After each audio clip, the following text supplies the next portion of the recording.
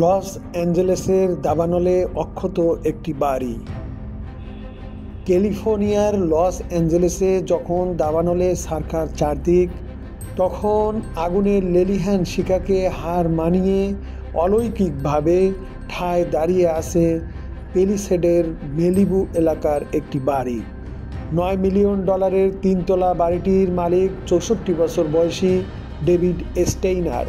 পেশায় ছিলেন টেক্সাসের বর্জ্য ব্যবস্থাপনার একজন নির্বাহী কর্মকর্তা। পেলিসেডে যখন দ্রুতগতিতে ছড়িয়ে পড়তে শুরু করে দাবানল, তখন প্রাণ বাঁচাতে বাড়ি ছেড়ে সপরিবারে ঠাঁই নেয় নিরাপদ আশ্রয়ে। ভাবেননি আর ফিরে যেতে পারবেন নিজ ঘরে। তবে আগুন নেভানোর পর দেখলেন আশ্চর্য এক কাণ্ড।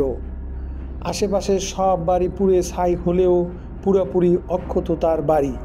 এমনকি বাড়ির দেওয়ালে নেই আগুনের কোনো চিহ্ন, যেন ধ্বংসস্তূপের উপর দাঁড়িয়ে আছে এক বাতিঘর।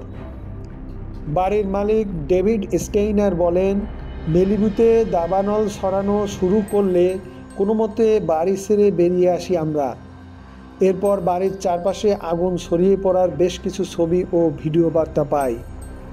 দাবানলের ভয়াবহতা দেখে ভেবেছিলাম বাড়িটি হারাবো, কিন্তু পরিস্থিতি নিয়ন্ত্রণে এলে দেখি আশেপাশের সব বাড়ি পুড়ে গেলেও ঠাঁই দাঁড়িয়ে আছে আমাদের বাড়িটি।